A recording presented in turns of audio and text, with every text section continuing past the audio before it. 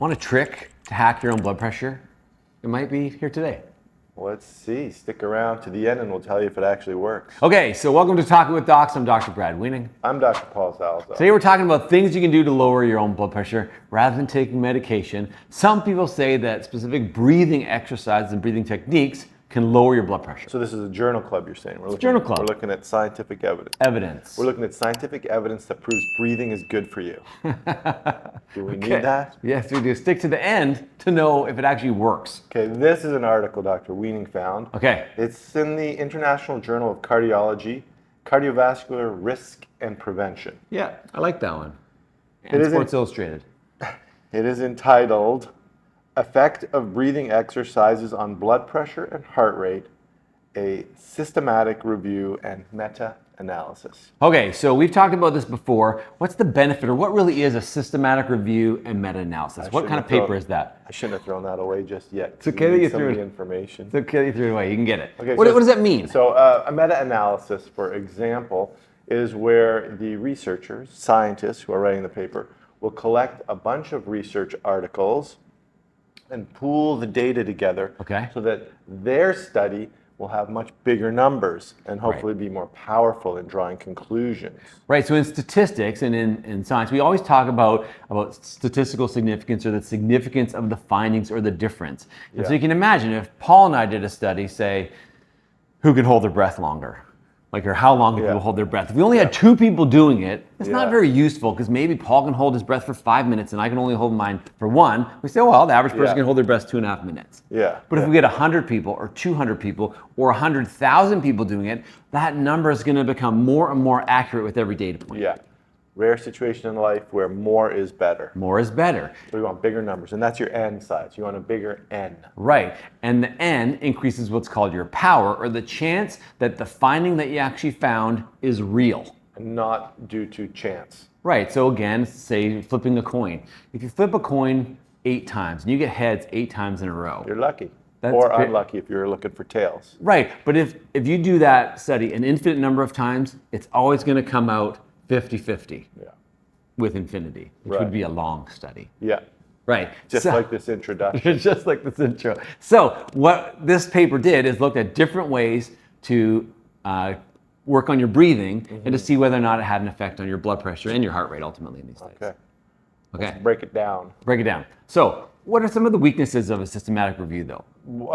Or a meta-analysis? Is one of the main weaknesses is that you're pooling studies together that weren't done exactly the same way. Right. So that introduces heterogeneity into this, so your data. So they're similar, but they're not exactly the same. Right, because one was done in China, one was done in the UK, one was done in USA.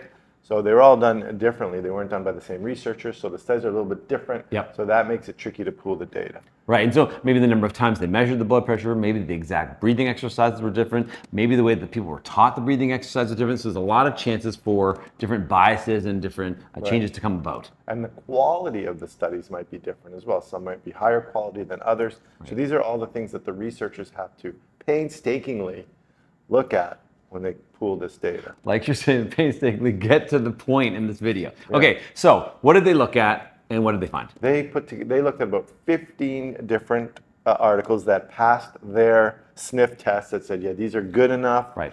These are smart enough. Gosh darn it, I'm going to include these studies in my study. So they looked at 15 of those and were able to come up with some numbers actually when they pulled all the data to say, yes, these breathing exercises do help, or no, these breathing exercises don't help. Now, I can't tell you what the breathing exercises exactly were, or how frequently they did them, or how long they did them, because they were different in every study. Right. Okay, so did it make a difference for your systolic blood pressure, your diastolic blood pressure, and your heart rate? That's right. Well, let's talk before we give away the answer. Okay.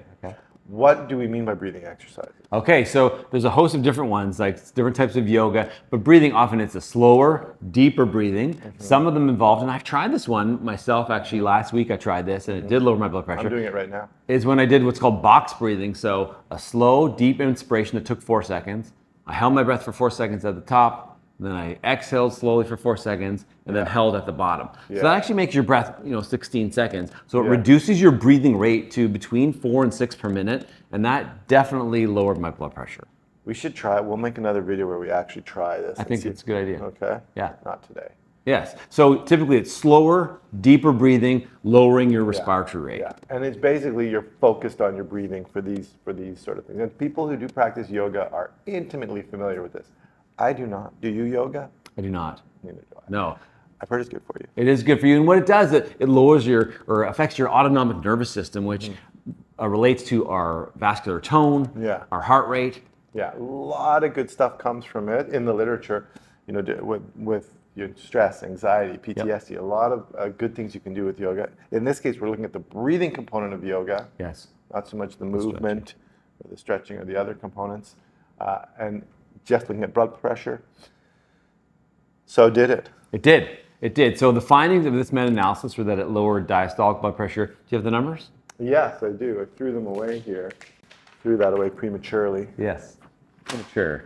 So systolic blood pressure, that's your first one, right? The average, or the normal blood pressure that you often hear is 120 over 80. Yeah. 120 is the systolic, 80 is the diastolic.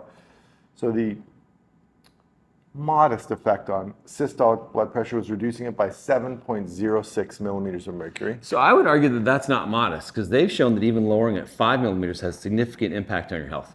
You're not modest. Yeah. Diastolic blood pressure is reduced by 3.43 millimeters of mercury. Okay. And these numbers did meet statistical significance. Yes. So they're legit. Right, one, and that's actually another good point about research, is the difference between statistical significance and clinical significance. So you could say that you have enough participants that the difference is real, but does it really make a difference? I'll give you an example of the difference between statistical significance and clinical significance. Okay. There could have been a statistically significant finding of reducing your blood pressure by half a millimeter of mercury. Yeah. But clinically, that doesn't make a difference. Okay, that's a good example. Did you like that? That's really good. Statistical and clinical. Clinical. Right. So and it also lowered your heart rate too. I believe it was 3 or 4 beats a minute. Let me check that. How did I lose it already? It's in your hand. 2.4. 2.4 beats per minute. Yeah. I'm going to go with the not clinically significant. I'd agree. Even though that is statistically significant. So what does it all mean? It all means that elevation of blood pressure is associated with a higher risk of cardiovascular disease. Right. That you cannot argue with, even though you might want to. Even the carnivores can't argue that one. You can't argue that one. Okay, that's been proven over the years. Okay. We won't go into the pathophysiology of that, but a high blood pressure means your heart's working harder, so the muscle gets bigger and starts working less efficiently. Yeah. And for a topic for a cardiologist.